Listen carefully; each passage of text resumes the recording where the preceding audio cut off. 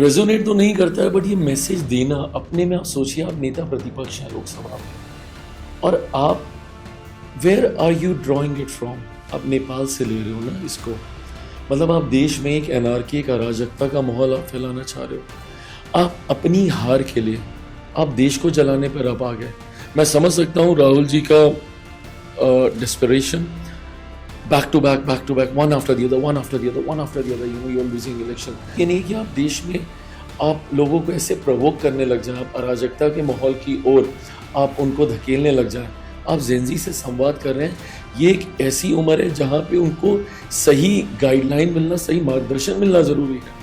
कल को आपकी बात सुनकर अगर कोई, मान लीजिए ऐसे मुट्ठी भरी अगर ऐसे असामाजिक तत्व सड़क पर उतर गए, उन्होंने हंगामा कर दिया, आगजनी का माहौल अगर उन्होंने खड़ा कर दिया, तो कौन जिम्मेदार रहेगा? मिड इलेक्शन कैंपेन उन्होंने कहा कि जेन जी को उत्साह रहे थे कि जेन जी शुड पिक इट अप और उनका दायित्व बनता है कि ये जो इंस्टीट्यूशंस, वो कह रहे हैं कि इंस्टीट्यूशंस को कैप्चर कर रही है एनडीए और बीजेपी, और कैप्चर करने की वजह से it is not a level playing field.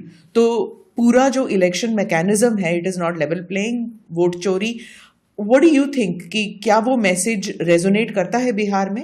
Resonate तो नहीं करता है, बट ये मैसेज देना अपने में, आप सोचिए, आप नेता प्रतिपक्ष हैं लोकसभा में और आप where are you drawing it from? आप नेपाल से ले रहे हो ना इसको, मतलब आप देश में एक एनार्की, एक अराजकता का माहौल आप फैलाना चाह रहे हो।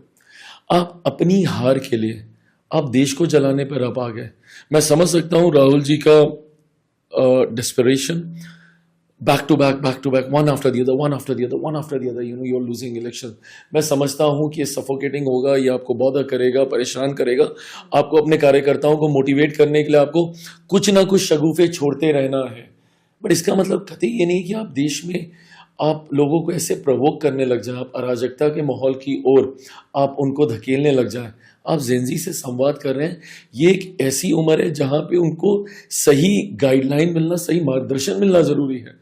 कल को आपकी बात सुनकर अगर कोई, मान लीजिए ऐसे मुट्ठी भरी अगर ऐसे असामाजिक तत्व सड़क पर उतर गए, उन्होंने हंगामा कर दिया, आगजनी का माहौल अगर उन्होंने खड़ा कर दिया, तो कौन जिम्मेदार रहेगा?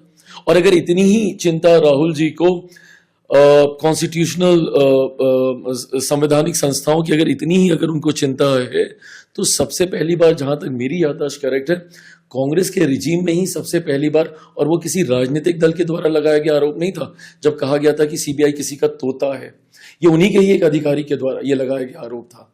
तो आप अपने समय में आप क्या कर रहे हैं और उस वक्त इसका चर्चा हो रही है, उस पर आपको चिंता नहीं।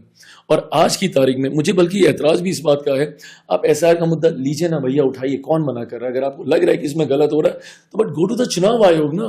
अगर नहीं चुनाव आयोग आपकी बात सुन रहा है, तो फिर आप कोर्ट के पास जाइए, आप सुप्रीम कोर्ट में जाइए। वहां आप जाएंगे नहीं, मीडिया में रोज आपने इसका एक तमाशा बना के रख दिया।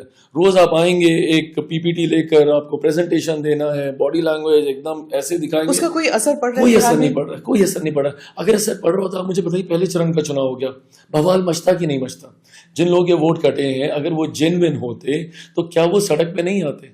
और ये राजनीतिक दलों की जिम्मेदारी नहीं है कि भैया अगर आपको लग रहा है कि कुछ जेन्युइन वोटर्स कटे हैं, तो आप जाइए, एक औपचारिक आपत्ति तो दर्ज कराइए ना। चुनाव आयोग के बाद आप औपचारिक तौर पर गए, और अगर पूरे इस प्रोसीजर को ही लेके आपको इशू है, तो एक बार सुप्रीम कोर्ट के पास जाइए, दरवाजा तो खटखटाइए। बट आपको भी सिर्फ माइलेज लेना है, आपको राजनीतिक लाभ उठाने का प्रयास। But Bihar is very different.